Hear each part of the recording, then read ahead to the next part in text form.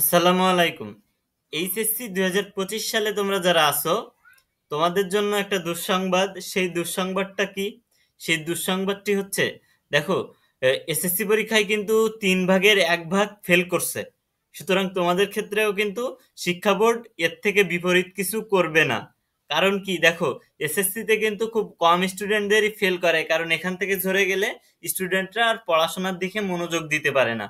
সেখানে এসএসসিতে কম ফেল করায়, সেখানে ফেল করাইছে 100 জনের ভিতরে 32 জন।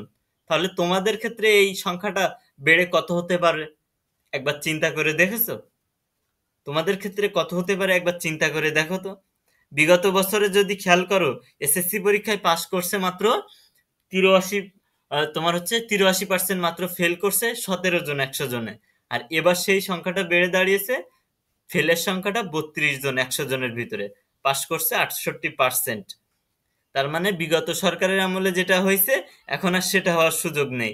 যা পাবে গ্রেস মার্ক, স্টুডেন্টের আগে গ্রেস মার্ক দিয়ে দিত, 78 পাইলে 80 দিয়ে দিত, কিংবা 2-1 নম্বরের জন্য পাশ করতে পারতেছে না, 2-1 নম্বর বাড়িয়ে পাশ করিয়ে দিত। কিন্তু এবার কিন্তু আর তা হচ্ছে না। তুমি যদি খেয়াল করে দেখো, যারা 79 পাইছে এসএসসি তে, তাদের কিন্তু ওই 79 রেখে দেওয়া হয়েছে।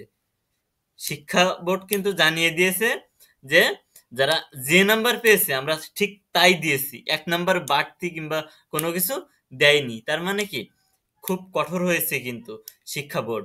সুতরাং তোমাদের সতর্ক বার্তা, তোমরা পরীক্ষা দিচ্ছ, এখন কিন্তু তোমরা যদি উল্টাপাল্টা করো, পরীক্ষার খাতায় যদি না লেখো ঠিক মতো, তাইলে কিন্তু নাম্বার পাবা না।